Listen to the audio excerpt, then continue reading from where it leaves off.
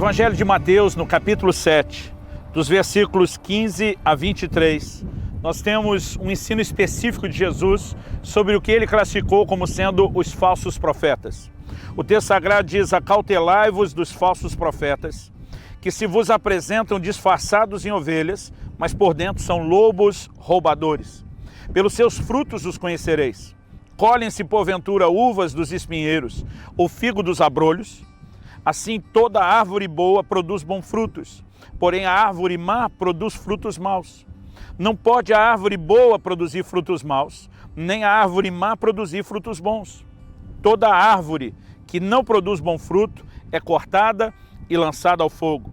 Assim, pois, pelos seus frutos os conhecereis. Nem todo o que me diz Senhor, Senhor entrará no reino dos céus, mas aquele que faz a vontade de meu Pai que está nos céus. Muitos naquele dia hão de dizer-me: Senhor, Senhor, porventura não temos nós profetizados em teu nome?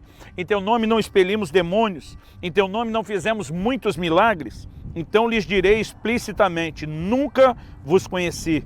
Apartai-vos de mim, os que praticais a iniquidade.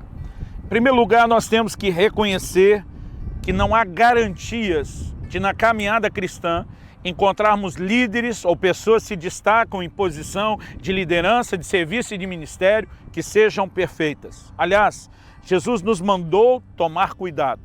E uma garantia que ele deu é que haveriam falsos profetas. Muitas vezes nós criamos uma fantasia, uma ilusão do que é a caminhada cristã, de que a gente não vai ter problema com ninguém, de que nunca vamos ter nenhuma decepção com ninguém envolvido em liderança ou numa posição de ministério, mas de acordo com o que Jesus está falando, a gente não só tem que ter a certeza que isso vai acontecer, como a gente tem que ter cautela para que a gente não seja vítima de um desses falsos profetas. Eu percebo gente que às vezes desanima na sua caminhada com Deus, gente que simplesmente deixou de permanecer fiel seguindo ao Senhor porque se escandalizou por conta de líderes, ou eu chamaria de falsos líderes, ou líderes que deram um mau testemunho e que, em vez de estar numa posição de ministrar e fortalecer o corpo, serviram de escândalo. E alguns às vezes parece que só estão esperando algo assim para acontecer e dizer: tá vendo, não adianta, eu desisto.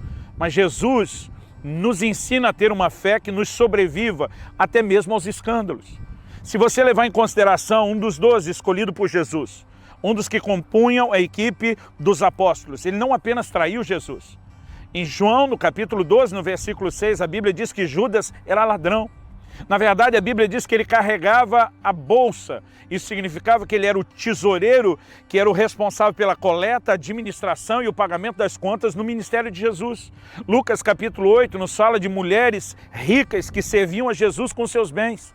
E a palavra de Deus nos mostra que o primeiro tesoureiro da história da igreja desviou fundos e teve problemas. Eu não estou aqui fazendo uma apologia ao erro de forma alguma. Aliás, nós vemos pela maneira como Judas foi julgado que Deus vai tratar séria e severamente quem brinca com aquilo que é santo. Mas nós não temos o direito de criar uma fantasia de que as pessoas são perfeitas, de que mesmo os líderes não podem errar. Nós precisamos, na verdade, desenvolver uma fé que sobreviva até mesmo ao tropeço, ao erro, aos escândalos e até mesmo ao que nós podemos chamar e classificar de falsos profetas, de lobos que vêm vestidos em pele de ovelha com uma única intenção. Porque há aqueles que podem errar e tropeçar ao longo do caminho, e há aqueles que têm a clara intenção de fingirem ser algo para, na verdade, conseguirem o que realmente queriam, que era a destruição do rebanho. E se o Senhor nos orientou a ter cuidado com isso, nós precisamos ter cuidado e não fingir que isso não vai acontecer e não achar que isso pode acontecer só em outra parte do país ou em outro lado do mundo ou não na minha igreja ou não perto de mim. O apóstolo Pedro também falou sobre isso.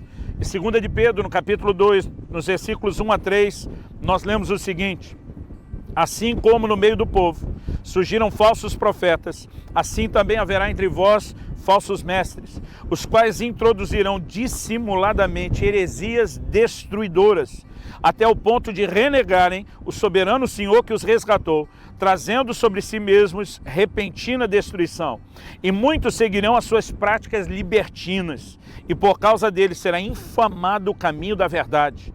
Também movidos por avareza farão comércio de vós, com palavras fictícias. Para eles o juízo lavrado a longo tempo não tarda, e a sua destruição não dorme.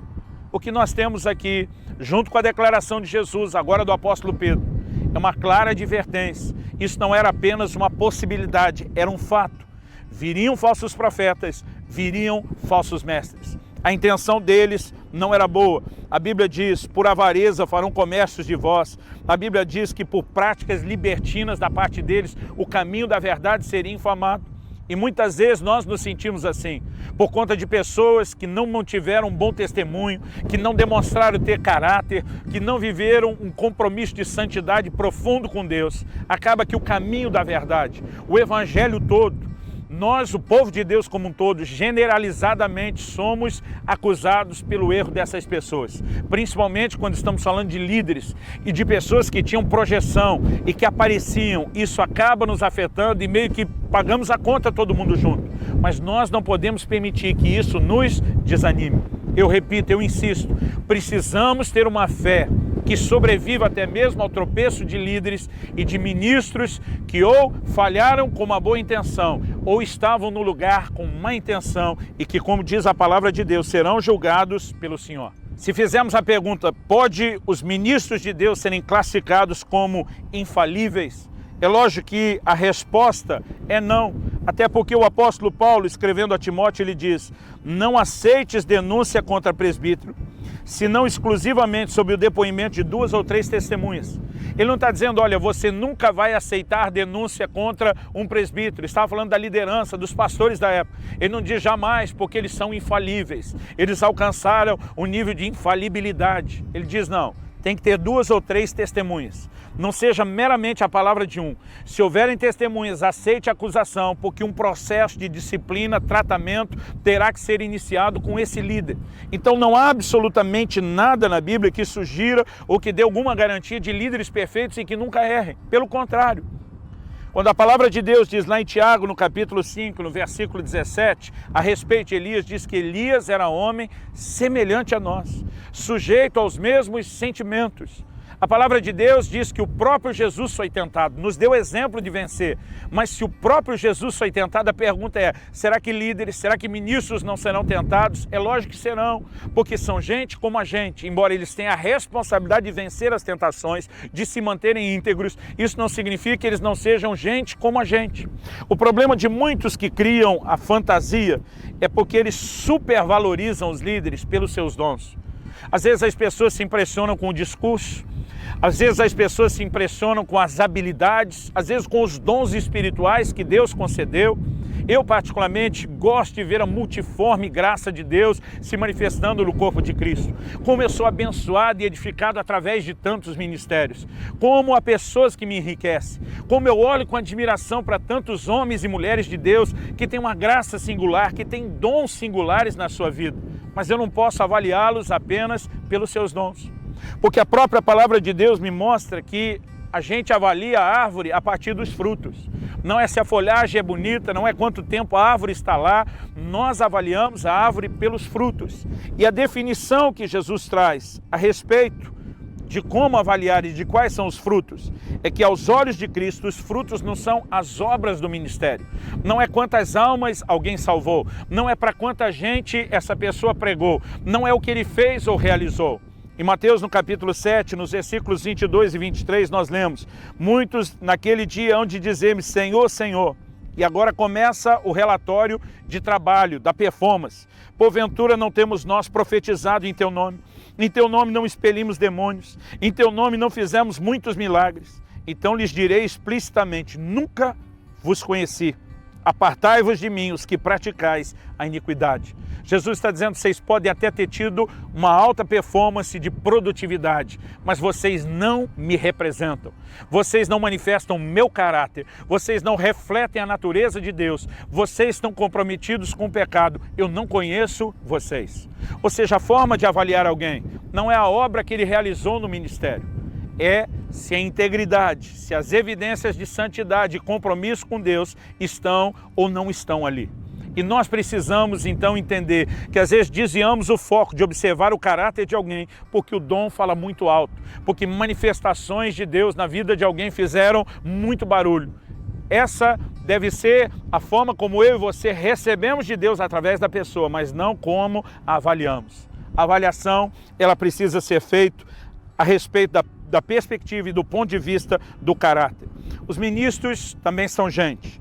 Se forem bons exemplos, siga-os. Se não, ignore-os. Isso é instrução bíblica. Alguém só merece ser imitado, seguido, acompanhado na sua liderança, se ele é alguém comprometido com Cristo. O apóstolo Paulo diz em 1 Coríntios, no capítulo 1, no versículo 11, sede meus imitadores, como também eu sou de Cristo.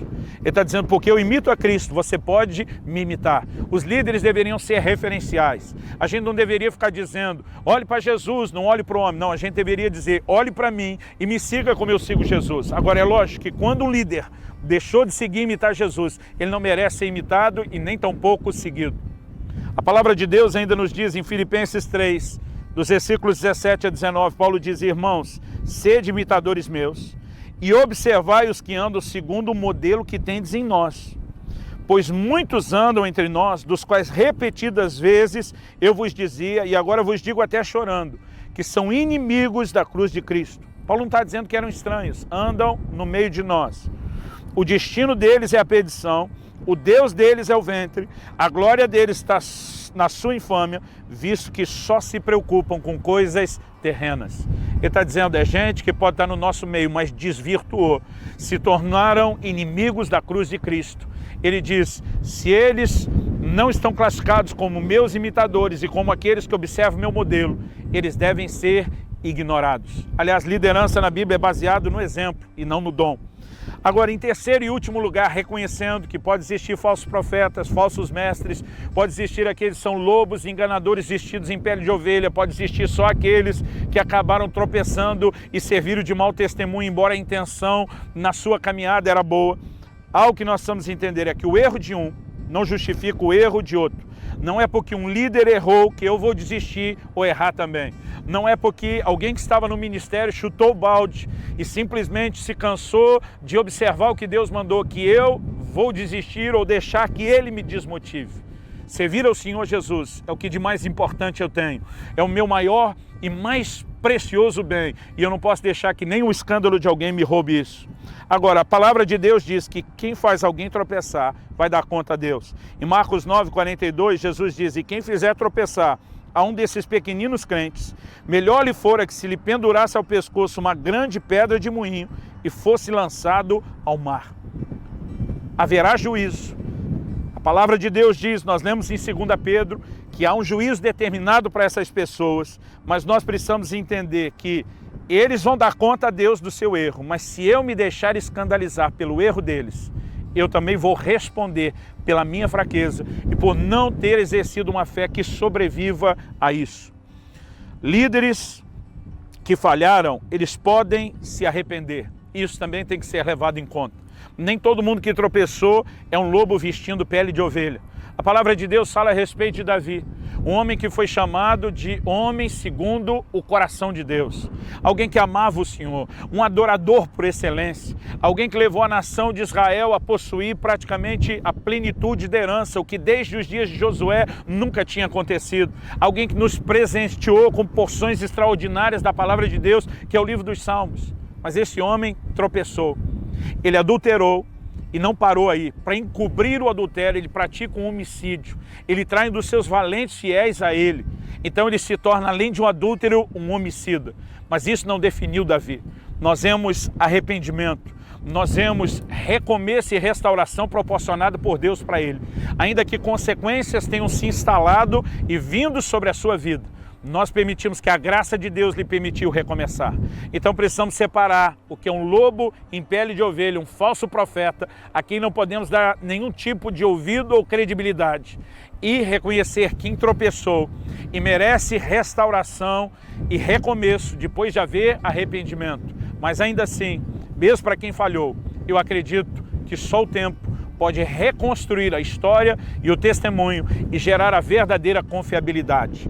Mas que a nossa atitude de cuidar com os falsos profetas também não nos coloque no lugar de ceticismo com todo e qualquer líder, mas que nós possamos ter uma fé em Deus acima de tudo, independentemente do comportamento das pessoas. Se você é um liderado, fique de olho no seu líder enquanto ele pode ser imitado. Se você é um líder, imite Jesus para que você tenha o direito de também ser imitado.